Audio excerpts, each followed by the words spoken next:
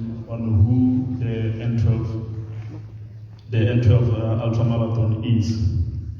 The banner that you see behind me here, which is Lekhaled Simluho NPC, and together with Ogni Marathon Club, of which I think most of you would have seen it from the adverts from our marketing activities as well. They are the two bodies who are behind this initiative here. So basically, Lekhaled Simluho is the mother body of this event, and Ogni Marathon Club is the one that's affiliating with the Athletic Central Northwest, which affiliates to Athletic South Africa.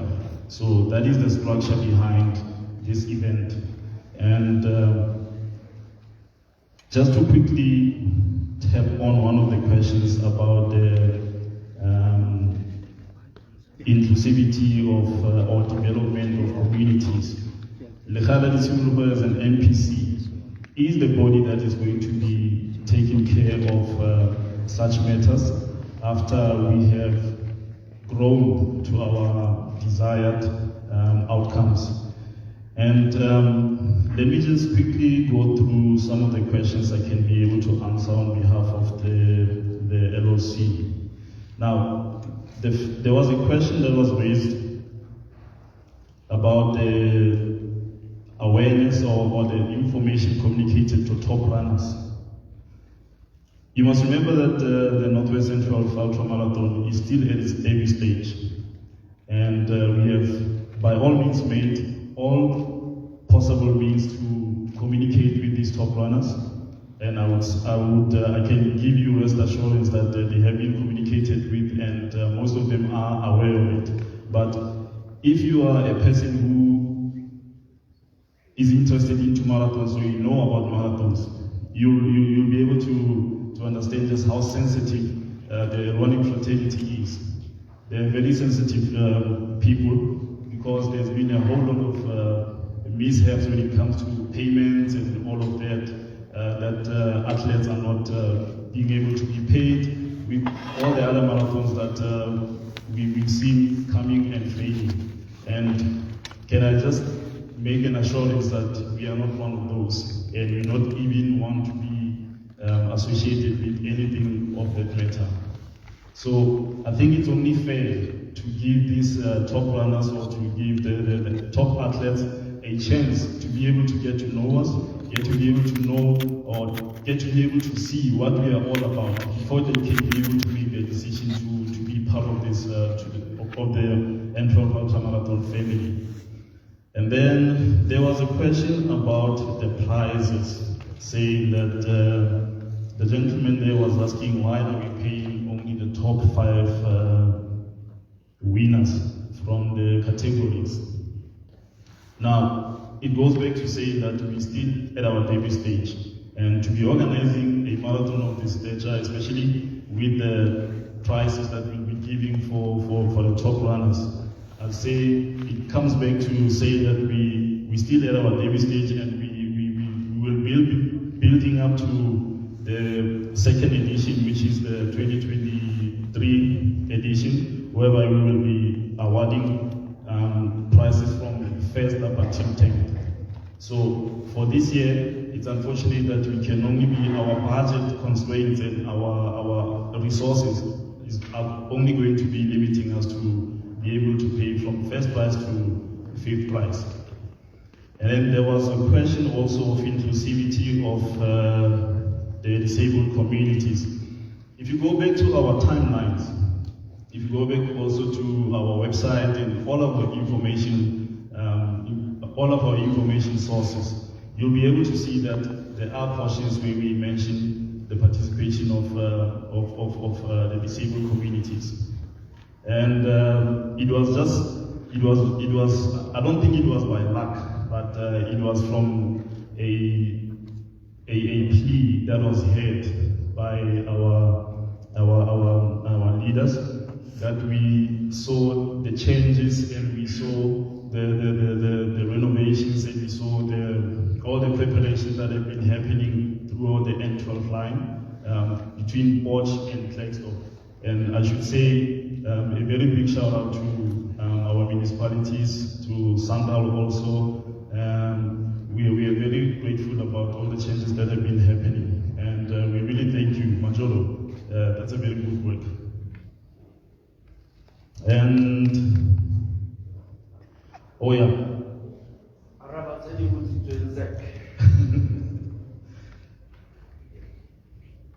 Yeah, I think yeah, we've covered most of the questions that have been asked. If there's maybe any more questions that are relevant to the local organizing committee, yeah, we can be able to attempt to answer those as well. Thank you very much, Dr. Zach. Like I said, colleagues, will have a second round. If there are any follow-up questions regarding his responses, you'll get the opportunity on the panel. I don't know who's going to shoot first. Thank you, Major. You can.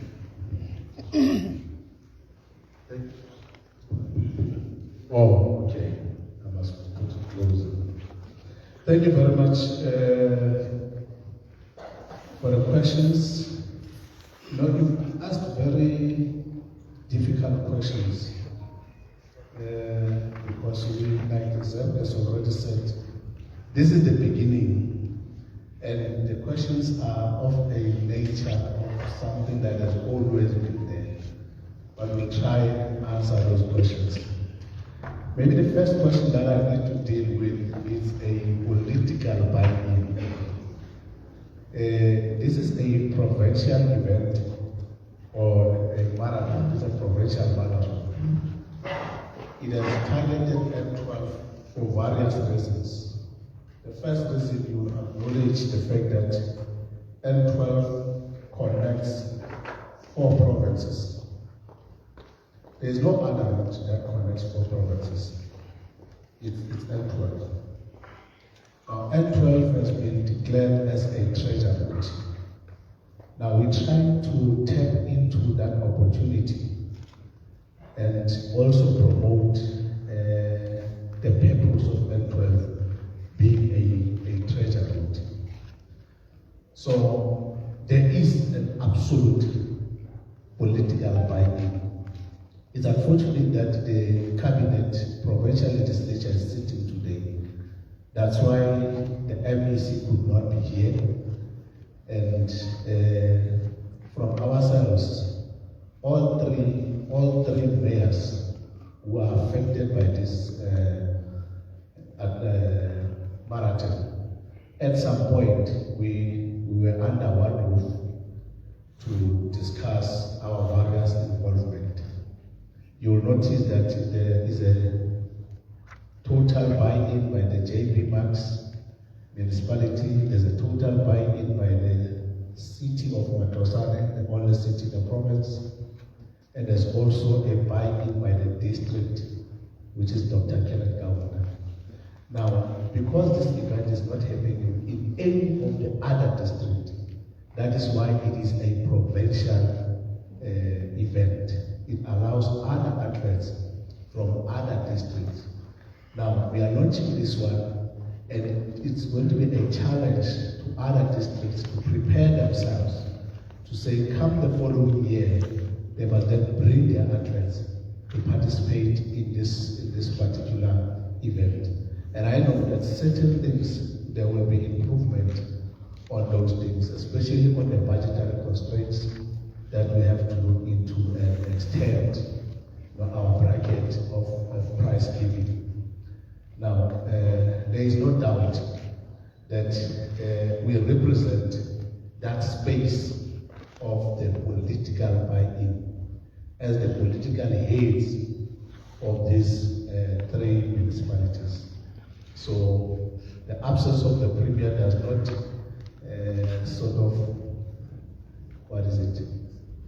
denotes or cast aspersions that there is no political buy-in. We report to the premier, he reports to us.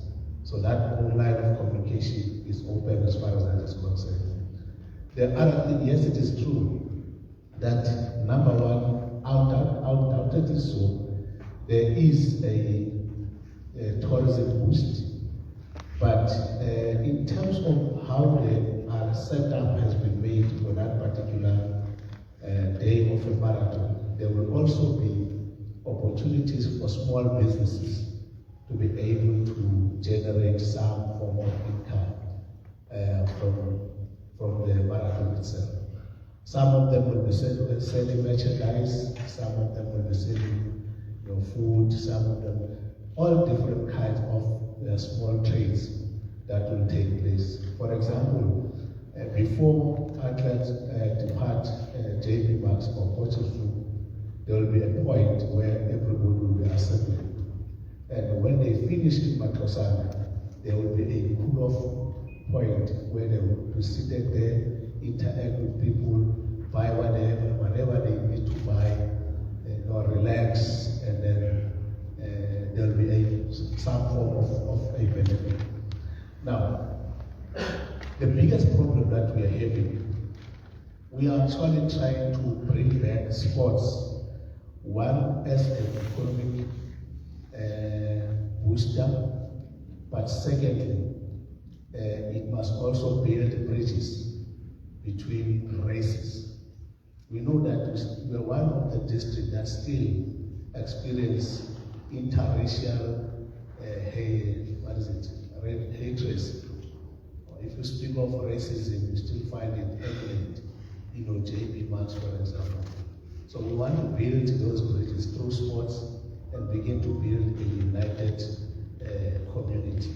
But in the main, we are building facilities which our people are vandalizing because they do not see a purpose of those facilities.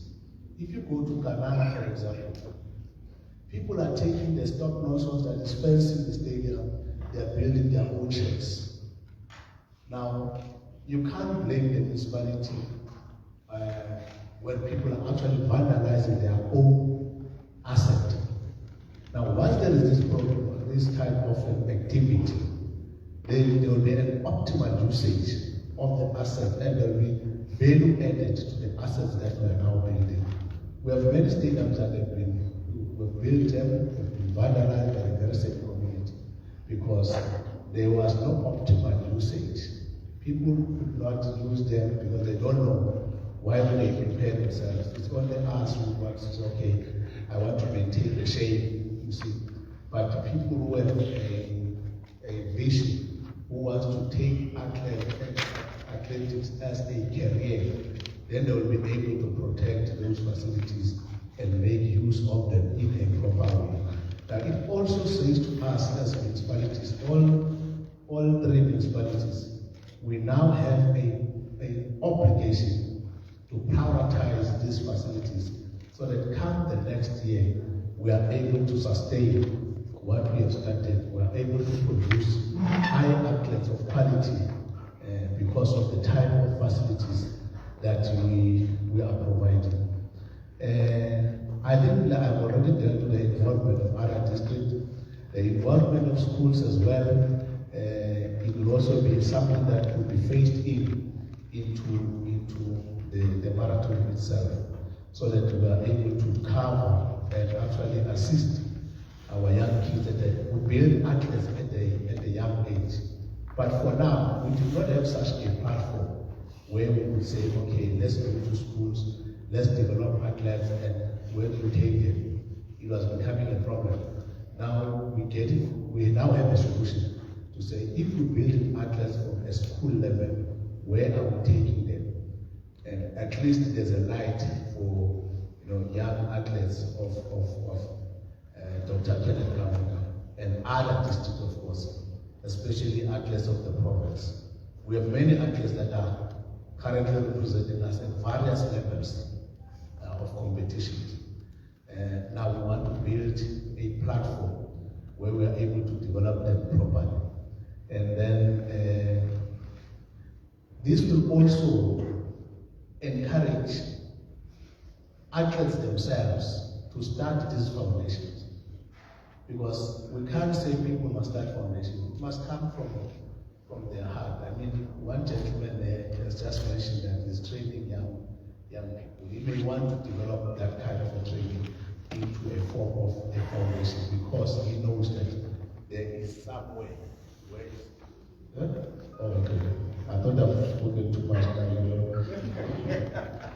So when you're developing these athletes, you know that you are developing them for a particular purpose. You are taking them, there's what we call an aftercare.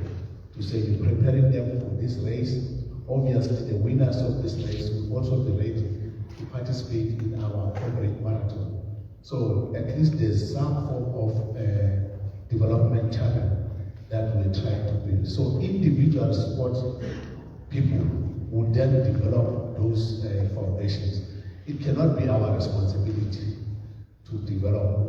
All what we need to do is to provide a platform and a reason for people to establish such foundations, because there will be an aftercare service that they are feeding into. So I thought, Chair, I hope I've covered all the questions. They may not satisfy you now because we are at the beginning stage. Everything is not quite clear. The vision is also not quite, we are not quite certain. But I can say it without any shame of doubt that it is upon our shoulders as these three municipalities to ensure the sustainability of this marathon beyond the launch and beyond the first that will take place on the 30th of July. Thank you very much. Thank you.